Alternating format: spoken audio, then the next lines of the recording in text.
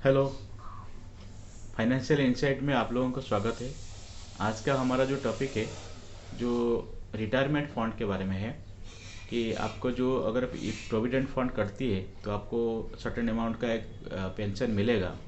तो वो जो प्राइवेट सेक्टर में है वो काफ़ी कम है। मिनिमम पेंशन 1000 है और मैक्सिमम अभी 20 साल का अगर कटा होगा लास्ट 20 साल में, उनको 2000 या 3000 मैक्सिमम मिल सकती है।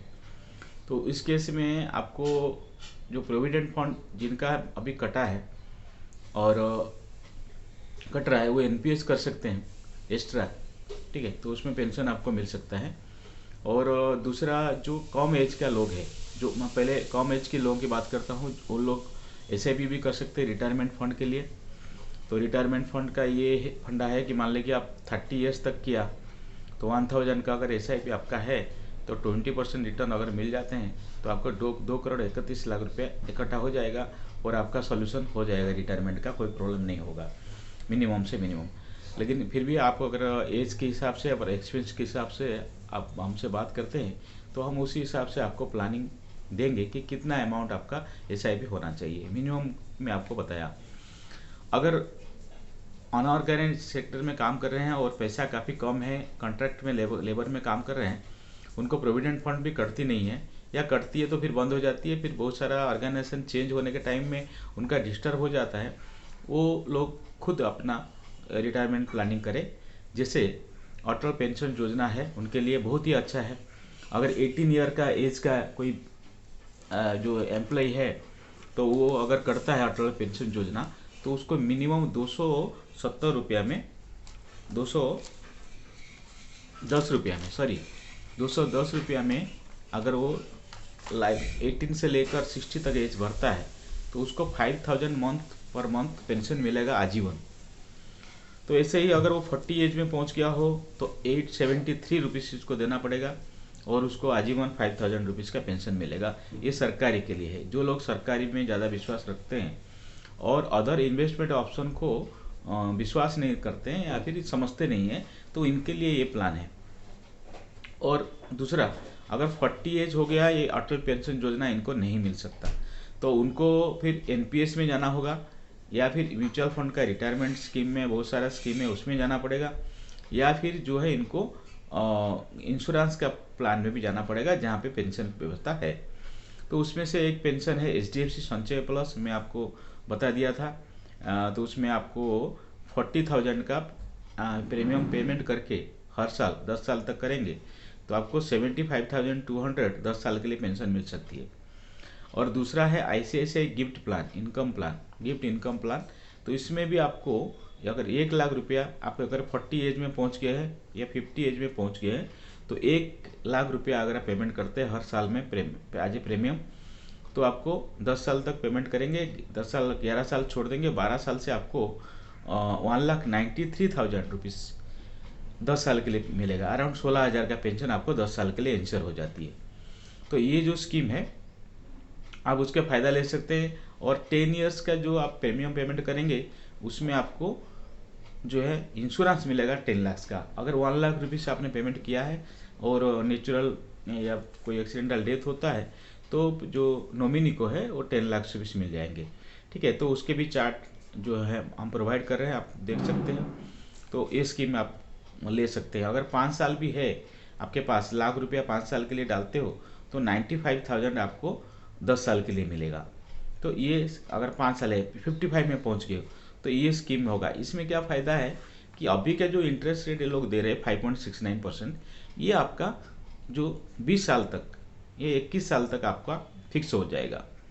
तो आपका जो साथ में एग्रीमेंट हो रहा है तो उसी हिसाब से आपको वो जो पेमेंट करेंगे तो कैलकुलेशन किया हुआ है वो आपको हिसाब से 5.69 तक आपको 20 ईयर तक देंगे।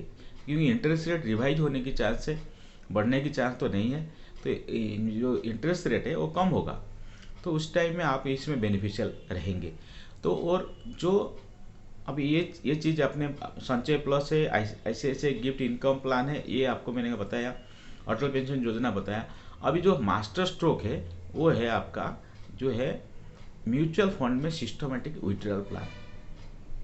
मान लेते हैं किसी के पास में 10 लाख रुपीज़ है, तो उसको अगर वो 10 लाख रुपीज़ रखता है, ठीक है, तो उसको 5-6 हज़ार रुपया, अगर अभी 6% अगर आप कैलकुलेशन कर लेते हैं, ठीक है, तो 5,000 6.5%, 7% अगर हम कैलकुलेशन करते हैं तो ठीक है 7,000 रुपये उनको मिलेगा पर मंथ। तो 7,000 में ये प्रॉब्लम क्या होगा, जैसे कि आप सीनियर सिटीजन स्कीम में रख सकते हैं या प्रधानमंत्री भाया बंधना योजना में रख सकते हैं। ये सब चीज़ें 60 के बाद में आपका कल आएगा। लेकिन इसमें तकलीफ क्या होगा, ये जो गवर्नमेंट स्कीम है, जैसे जैसे समय बढ़ेगा, 10 साल हो गया, तो जैसे जैसे समय बढ़ेगा तो क्या होगा कि इन्फ्लेशन की वजह से आपकी जो ये 7,000 की रकम है आपको बहुत ज़्यादा कम पड़ने लगेगा, ठीक है। और जो मूल अमाउंट भी कम हो रहा है, लेकिन वो पता नहीं चल रहा, लेकिन कम हो गया, आधा कम हो गया, समझ लीजिए 10 साल 12 साल के बाद में वो 13 साल के बाद में जो आधा हो गया वो, ठीक है। तो वो आपको ग्रोथ नहीं देगा। अगर आप रिस्क लेते हैं तो अभी क्या होता है कि 10 लाख रुपया है, अमाउंट कम है, तो आइदर और ये मेरा पर्सनल ओपिनियन है, अगर हम रिस्क लेंगे तो क्या होगा, ठीक है। तो वो एक कैलकुलेशन में आपको आदित्य बिरला 95 में ये आदमी इन्वेस्टमेंट किया है, ठीक है। तो उसका मैं डिटेल दे रहा हूँ। टोटल उसने 10 लाख रुपया इन्वेस्टमेंट किया और मंथली 7,500 रुपीज़ उसने विड्रॉल करने शुरू कर दी। आदित्य बिरला 95 बैलेंस फंड, ये फंड है, ठीक है। तो इसमें इन्होंने शुरुआत किया और उसका जो है रिटर्न क्या मिला उसको,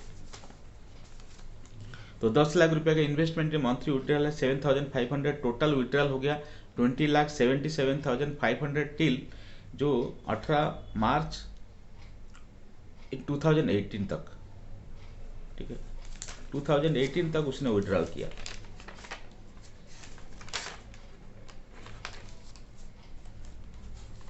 तो 2018 तक है, 95 से 2018 तक हमने कैलकुलेशन दिया है, ठीक है। तो वो लिया, तो अभी टोटल वैल्यू हो गया उसका 4,46,347,347,500।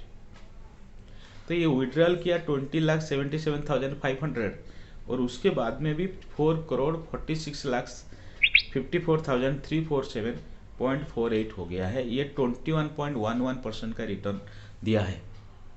तो अभी रिटर्न जो है गारंटेड नहीं है, लेकिन अगर हमें रिस्क लेना ही है, देखिए लाइफ बिना रिस्क में नहीं चलती है, आइदर वो 60 प्लस में हो या 50 प्लस में हो। जब आप रिस्क नहीं लेते हैं तो क्या होता है, आपको बहुत सारा कॉम्प्रोमाइजेस करना पड़ता है।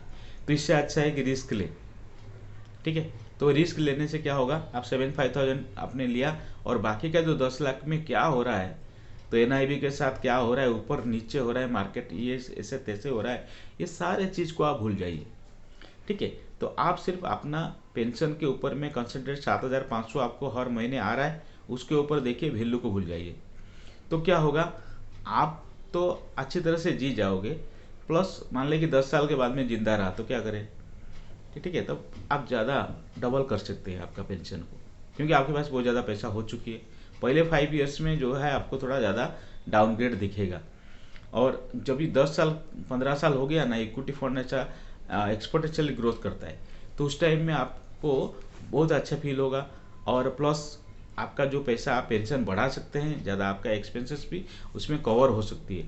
लेकिन अगर आप गवर्नमेंट स्कीम में जाते हैं तो क्या होगा कि आपका धीरे धीरे आप जो है प्रेशर फील करेंगे, एक तो पैसा नहीं होगा और तकलीफ आपको झेलना पड़ेगा। तो जो रिस्क नहीं लेता है उसके साथ वही होता है, ठीक है। तो आपके साथ भी होगा। तो ये स्कीम जो है आपको मैं डिटेल जो है आपको मैं राइटिंग में जो अपने पीछे स्क्रीन में वो आप देख लीजिए, ठीक है। तो अगर हमारा पास में और भी अच्छा स्कीम है, जो मार्स के बारे में मैंने बताया, तो मार्स का एक अलग वीडियो मैंने बनाया है। तो मार्स में आप जाके उसमें भी सिस्टमेटिक विड्रॉल प्लान कर सकते हैं। तो मार्केट जो फ्लक्चुएशन है वो लोग उसको टेक केयर कर लेंगे, ठीक है। आपको चिंता करने की जरूरत नहीं है।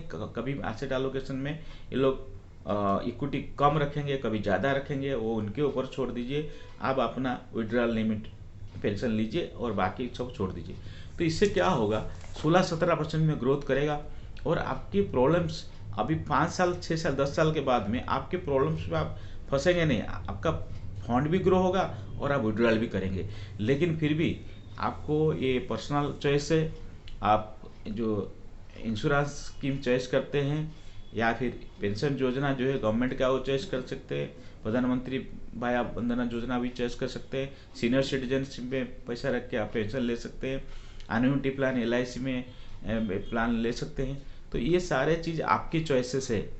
और आपको हम लोग जो है, जो मेरे साथ में तैयार हो रहे हैं जो लोग, ठीक है, तो डेफिनेटली मार्स और इक्विटी फंड में सिस्टमेटिक विड्रॉल प्लान के लिए तैयार हो जाएंगे, क्योंकि उन हमारे पास में साधन कम है।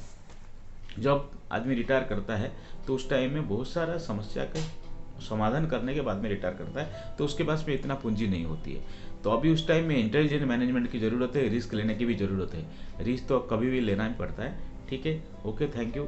आप उसको अगर अच्छा लगे तो आप लाइक करें, शेयर करें, ठीक है। और डिटेल में जानने के लिए अगर अटल पेंशन योजना के बारे में जानकारी लेना चाहते हैं या फिर मार्स के बारे में या फिर दूसरी स्कीम के बारे में, आप कॉन्टैक्ट पर्सनली भी कर सकते हैं। अभी मैक्सिमम तो हमारा जो लोग हमारा व्यूअर है तो हमारा कस्टमर है, ठीक है। Okay, thank you.